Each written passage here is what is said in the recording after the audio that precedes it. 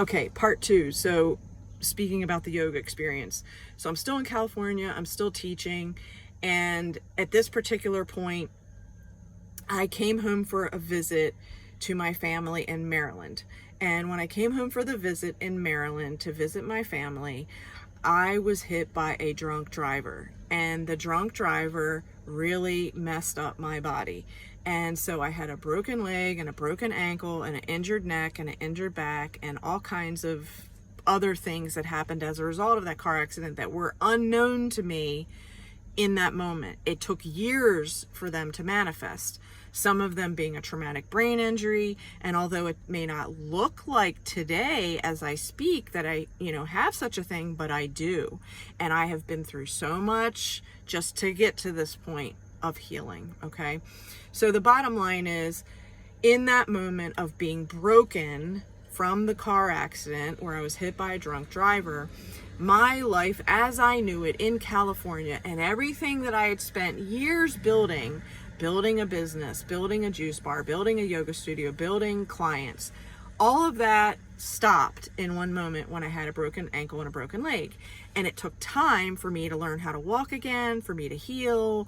I was back in Maryland. I wasn't in California. All the momentum that I had built in California, it was gone and lost. I lost all that. I lost all the clients. I lost just everything that I was working towards. And obviously, yes, there was loss. There was disappointment. There was upset. There was, just regret. There was, all of that I had to go through.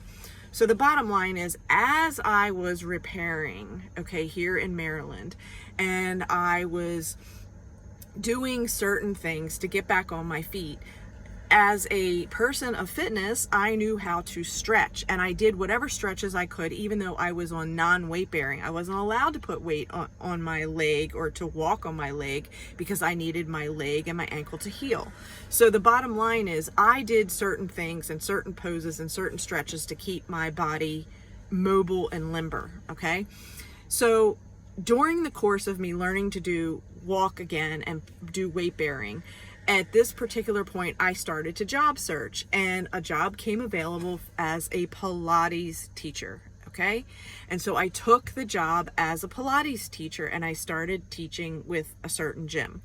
And as a result of that, it was the doorway into the gym circuit of me teaching fitness again.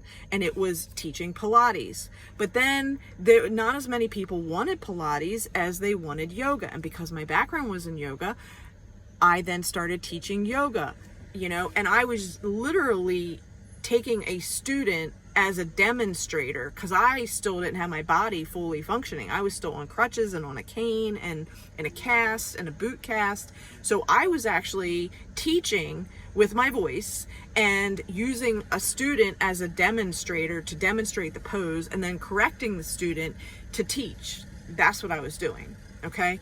And I did that through my whole healing process because it took time for me to be able to walk again. So I was teaching Pilates, teaching yoga, and dance classes through that method, okay? Once I was able to walk again and everything else, of course, I was testing my limits. I was seeing if I could jog again, run again, etc., do skateboarding and surfing and all that. I wanted to test what were my limits with all this hardware in my body. And during that time, again, I was like, well, if somebody needs a yoga teacher, I'm going to teach it. I have the skills. If somebody needs this, I'm going to teach it. But I wasn't sitting there going, let's, do all this chanting and speak to Ganesha. That was not my profile or my lead-in. My thing was about fitness, athletic, stretching, moving, and that was it. And my motto was breathe, move, and relax. That's been my trademark. Breathe, move, relax. So the bottom line is, I rebuilt my business on the East Coast as a yoga teacher, Pilates teacher, dance teacher. My body got back, and I was able to do many of the things that I was able to do before, okay? And everything seemed to be going very well. And then I started to do all kinds of things like corporate yoga and yoga colleges. I work with blind people. I work with cancer people. I work with paraplegics. I did chair yoga. There are so many different varieties and types of yoga that I taught. I taught the meditation of just laying on your back and going through all the body parts and just truly relaxing the body. And I did the fitness in terms of like rehabbing your body with blanket yoga, sarupa yoga, and bolsters and restorative yoga. I did, chair yoga for people that, were cancer patients or people that had lower leg injuries, and just like mobility issues.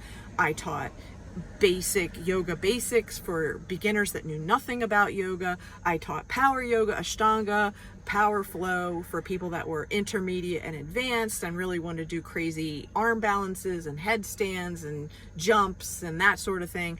And the point is, that was a period of my life where I was all in, okay? And yes, I was teaching 7 days a week. I did not have any breaks. I did not have any time off. I was full-time teaching yoga 7 days a week. Now, did I have my own personal relationship with God through Jesus? Yes, I did. Was I public about it at that time? No, I wasn't, okay? It was more like, I have my faith. I'm here to teach you a fitness class. That's my approach and how I did it. What I did do with my students was I asked them in the beginning of my class to check in and to share whatever feeling or word they were feeling in the moment. And I got a temperature of the whole room and what people were feeling. And then I based the class around people's injuries and this and that. And let me explain what I'm talking about, okay?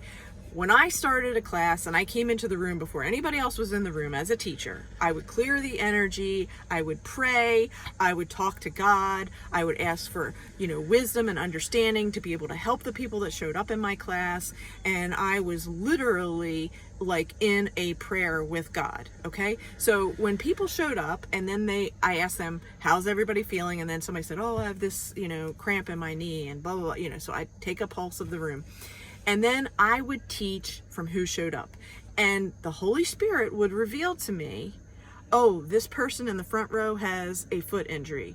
And this person over here has a left elbow injury. And this person over here. And I would literally organize the room based on what the Holy Spirit was telling me. Okay, people, I want you, and you over here with arm injuries. And you, and you with leg and ankle injuries over here. And I'd separate the room physically so that I could organize everybody that way. And I would teach from the Holy Spirit's perspective. That is how I taught yoga. I did not have a prescription or every single class looks this way. No, every single class was different when I taught it because I was teaching it from the Holy Spirit. The Holy Spirit was saying, focus on this. These people need that. And I just listened, okay? And at the end of the class, people came up, they thanked me, they asked me questions. It turned into me doing privates or food and like raw vegan food coaching and food prep, reorganize somebody's home, pet sitting for somebody when they were away on vacation because they trusted me. Just doors were open to me because of my beingness, because of what the Holy Spirit asked me to do, that I was obedient and I just was a channel for God, period. I wasn't announcing it, but that's how it happened for me. Bottom line, I was happy doing what I loved. I loved teaching. I definitely was motivated. Like fitness was like my number one thing. If I were to quote, have an idol, it would have been fitness. Okay.